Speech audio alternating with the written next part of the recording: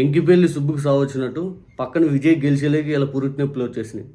ఎలా అంటే ఈ మధ్యకాలంలో చూడండి 2 సంవత్సరాల్లో పవన్ కళ్యాణ్ గారు ప్రజల్లో కనపడినంతగా విజయ్ గెలిచాక ఈ నెలలోనే అన్నిసార్లు కనపడ్డాడు. ఎందుకు కనపడ్డాడంటే ఇక్కడ పూర్తి స్థాయిలో విజయ్ కష్టపడ్డాడు, గెలిచాడు, నువ్వు పార్టీ పెట్టావు, తెలుగుదేశం కోసం పనిచేస్తా ఉన్నావు, ఇదేంది ఈ రాధన ఏంది, ఈ గోల ఏంది అని చెప్పి రోజు పవన్ కళ్యాణ్ గారి పైన విపరీతంగా సోషల్ మీడియాలో ట్రోలింగ్ నడుస్తుంది. అట్లా అట్ ద సేమ్ టైం వాళ్ళ కాపు సంఘంలో అలాగే చర్చ నడుస్తూ ఉంది. అక్కడ యువకులు కూడా సుగాలి ప్రీతికి న్యాయం చేయలేని వ్యక్తి నువ్వెందుకయ్యా డిప్యూటీ సీఎం, నువ్వెందుకయ్యా నేను అక్కడ పుట్టాను, ఎక్కడ పెరిగాను, అల్లాడ పెట్టాను, ఇటు వెళ్ళాను, ఇటు వచ్చాను అని చెప్పుకోవడానికే ఎంతసేపు ఏం చేసేవయ్యా అంటే మాటలు రావు. ఏదైనా పెద్ద మేజర్ ఇష్యూ వస్తే ఎమ్మటే నాకు బాగలేదని వెళ్ళిపోతావు, లేకపోతే ఇంకోటి పక్కకి వెళ్ళిపోతావు. ఎందుకు అసలు ఏ ఇష్యూ కూడా పూర్తిగా సార్ట్ అవుట్ చేసే విధానం నీ దగ్గర లేదయ్యా అని చెప్పి పెద్ద ఎత్తున క్వశ్చన్ చేస్తూ ఉన్నారు. రాజకీయంగా జగన్మోహన్ రెడ్డి గారు నీకు నచ్చలేదు, జగన్మోహన్ రెడ్డి గారికి వ్యతిరేకంగా తెలుగుదేశం పార్టీకి పూర్తి స్థాయిలో సపోర్ట్ చేస్తూ ఉంటావు. అసలు నీ పార్టీ పెట్టిన తెలుగుదేశం పార్టీ కోసం జనాలందరికీ అర్థమైంది. అందుకే ఇక కవర్ చేయలేము అని వాళ్ళకి అర్థమైపోయి తీవ్ర ఆందోళనలో ఉండి పొద్దున ఒక స్టేట్మెంట్, సాయంత్రం ఒక స్టేట్మెంట్, ఆ తర్వాత ఒక స్టేట్మెంట్, ఇప్పుడు ఒక స్టేట్మెంట్, వాళ్ళ కన్ఫ్యూజన్ మోడ్లోకి వెళ్ళిపోయారు. వాళ్ళ మెయిన్ ఫోబియా ఏంటంటే తెలుగుదేశం పార్టీ కోసం పార్టీ పెట్టారు, మామూలుగా అందరిని ఉద్రేకపరిచే స్పీచ్లు అన్ని ఇస్తారు, తీరా అందరిని తెచ్చిపోయి తెలుగుదేశం పార్టీకి ఓట్లు వేపిస్తారు. ఇప్పుడు ఉద్వేగభరితమైన స్పీచ్లు ఇచ్చినా నమ్మేవాళ్ళు లేరు కాబట్టి పొద్దున ఒక స్టేట్మెంట్, సాయంత్రం ఒక స్టేట్మెంట్, ఇప్పుడు ఒక స్టేట్మెంట్. పవన్ కళ్యాణ్ గారిది అదే, వీళ్ళది అదే. తర్వాత అసలు వీళ్ళు పనిచేస్తున్న కార్యకర్తలు ఇంకా నమ్మే సిచ్యువేషన్ లేరని చెప్పేనేమో పాపం నిన్న ఒక స్టేట్మెంట్ ఇచ్చారు నాగబాబు. అదే నిన్న పొద్దున అరకు పార్లమెంట్ పరిధిలో ఉన్నటువంటి అన్ని ఏ నియోజకవర్గాలు మేము పోటీ చేస్తామని స్టేట్మెంట్ ఇచ్చాడు. మళ్ళీ సాయంత్రంకి వచ్చేలాగా నిచ్చిచ్చిచ్చి నేను అట్టివ్వలేదు, అరకు పార్లమెంట్ పరిధిలో నేను ఎంపీటీసీలు, జెడ్పీటీసీలు, పంచాయతీలు అన్నీ పోటీ చేస్తామని చెప్పాను, మీరు ఎందుకు అట్లా తప్పుగా అర్థం చేసుకుంటారు, కూటమిలో మేము అంతా ప్రశాంతంగా ఉన్నాం, చాలా బాగున్నాం, మా జనసేన పార్టీ ఉన్నన్ని రోజులు మేము తెలుగుదేశం పార్టీతోనే పనిచేస్తాము, మేము పూర్తిగా తెలుగుదేశం కోసమే ఉంటాము అని చెప్పి మళ్ళీ సాయంత్రం వీడియో రిలీజు. అసలు నిన్న పొద్దున స్టేట్మెంట్ ఎందుకు, సాయంత్రం ఎందుకు, అసలు మీ పార్టీ పెట్టింది ఎందుకు, తెలుగుదేశం కోసం పనిచేయడం కోసమా? ఇది ఎంత మోసం చేయడం ఎందుకు జనాల్ని? మేము 25 ఏళ్ళ భవిష్యత్తు ఇస్తాం, మేము భవిష్యత్తు మారుస్తాం, రూపురేఖలు అట్ట తిప్పుతాము, సముద్రం వంచకుండా చెప్తాము, మేము మాటలన్నీ ఇంకా చెవిరేల లెవెల్లో చెబుతాం, ఆ తర్వాత సనాతన ధర్మం కోసం, ఆ తర్వాత అయోధ్యలో విరాళాలు దొంగతనం జరిగిందంటే దాని మీద స్పందించడం, ఇక్కడే మెట్లు గడిగి హంగామా చేస్తాం, తర్వాత అబ్బో మీదొక పార్టీ స్వామి, మీదో నిజంగా ఒక పార్టీనా? ఎందుకు మీ పార్టీ? అలాగే ఒక చిన్న వివరణ ఒకటి ఇవ్వాలి. ఇవాళ మార్నింగ్ ప్రెస్ మీట్ లో జనసేన ఇలా వచ్చామని చెప్పి మొత్తం ప్రోగ్రామ్ అంతా చెప్పిన తర్వాత ఒక క్వశ్చన్కి ఒక ఆన్సర్ ఇచ్చారు.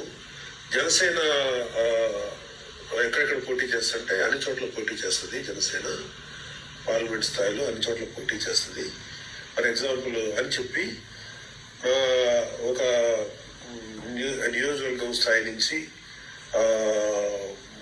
మన మండల స్థాయి, గ్రామ స్థాయి అన్ని చోట్ల ఎంపీటీసీలు గాను, జెడ్పీటీసీలు గాను అన్ని చోట్ల పోటీ చేస్తుంది అని చెప్పాను తప్ప అన్ని చోట్ల మేమే పోటీ చేస్తాం అన్ని నియోజకవర్గాలు నేను చెప్పలేం.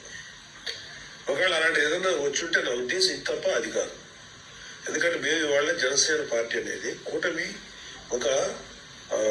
ఒక స్పిరిట్తో ఉన్నాం, కూటమికి ఒక ప్రయోజనం ఉంటుంది, కూటమిలో ఒక అవగాహనతో ఉన్నాం.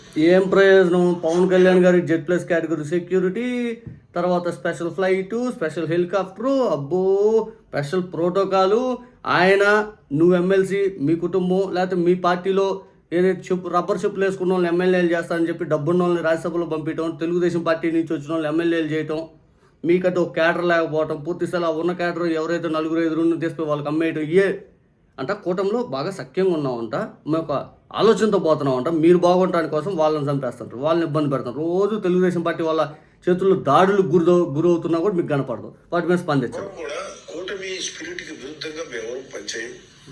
అసలు రాష్ట్రానికి ఏం ఉపయోగం? మీ కూటమి ఉన్న ఇదిగో ఇది చెప్పండి, మీ రాష్ట్రానికి ఏమొచ్చింది? మీకు వచ్చింది కానీ రాష్ట్రానికి చేసామని చెప్పండి. 33,000 మంది అమ్మాయిలు తీసుకొచ్చారా? సుగాలి ప్రీతి తల్లికి న్యాయం చేశారా? నిరుద్యోగులు 10 లక్షలు ఇచ్చారా? లేకపోతే మీ హామీలు ఏం అమలు చేయించారు చెప్పు? ఇప్పుడు తల్లికి 100 ఏమైనా ఇచ్చారా? లేకపోతే 1,500 ఆడవాళ్ళకి ఏమైనా ఇచ్చారా? బీసీలకు 4,000 ఏమైనా ఇచ్చారా? కొత్త పింఛన్లు ఏమైనా ఇచ్చారా? డెవలప్మెంట్ యాక్ట్ 99 పైసలు 1,000 కోట్ల విలువ చేసే భూములు ఇవ్వడం ఏంటి? మీరేందో, మీ విధానాలు ఏంటో, అబ్బో. కొంతమంది కొన్ని సమాచార మాధ్యమాలు తప్పుగా వక్రీకరించారు, వాళ్ళకి క్లారిటీ ఇవ్వడానికి మాట చెప్పారు. ఐ నెవర్ వర్క్ ఎగ్నెస్ట్ కూటమి స్పిరిట్. ఖచ్చితంగా కూటమికి కలిసే పనిచేస్తాం. అందరం చాలా ఒక మాట మీదే ఉన్నాం. ఎవరైనా సరే ఇంకా నా మాటల్లో మీరు ఎవరైనా సరే ఇంకా కాంట్రవర్సీ చేయాలనుకుంటే అది మీ విజ్ఞతగా వదిలేస్తాను.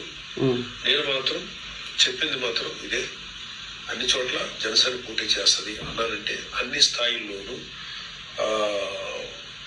అంటే రైట్ ఫ్రమ్ గ్రామ స్థాయి నుంచి అదే ఉద్దేశం తప్ప వేరే ఉద్దేశం కాదు. ఇంతకు మించి నేను మీకు ఎవరిని ఇచ్చుకోదలుచుకోలేదు. I don't want to create unwanted BJP కలిసి పనిచేస్తాం. మాకు ఎటువంటి భేదాభిప్రాయాలు లేవు. ఏదైనా మమ్మల్ని మేమంటే పడని, కూటమి అంటే పడినటువంటి రాలే మళ్ళీ ఇంకేడుపు డైలాగ్ మళ్ళీ చివరిలో. ఎందుకు పార్టీ, ఎందుకు మీ విధానాలు ఎందుకు, అసలు ముందే అరకు పార్లమెంట్ పరిధిలో మొత్తం ఏ నియోజకవర్గాల్లో పోటీ చేస్తానని స్టేట్మెంట్ రాగానే నేను అనుకున్నా ముందు చంద్రబాబు నాయుడు గారి దగ్గర పర్మిషన్ తీసుకున్నారు స్వామి మీరని అనుకున్నా నేను మనసులో. ముందు చంద్రబాబు నాయుడు గారు పర్మిషన్ ఇవ్వలేదు, అందుకే తలంపులు అంటుంటాడు. మళ్ళీ సాయంత్రానికి ఈ స్టేట్మెంట్ వచ్చింది. ఏందో మీ పార్టీ నడుపుతున్నారు అంతే, ఒక పార్టీ పేరు మాకు ఒక ఉందని చెప్పుకోవడం కోసం.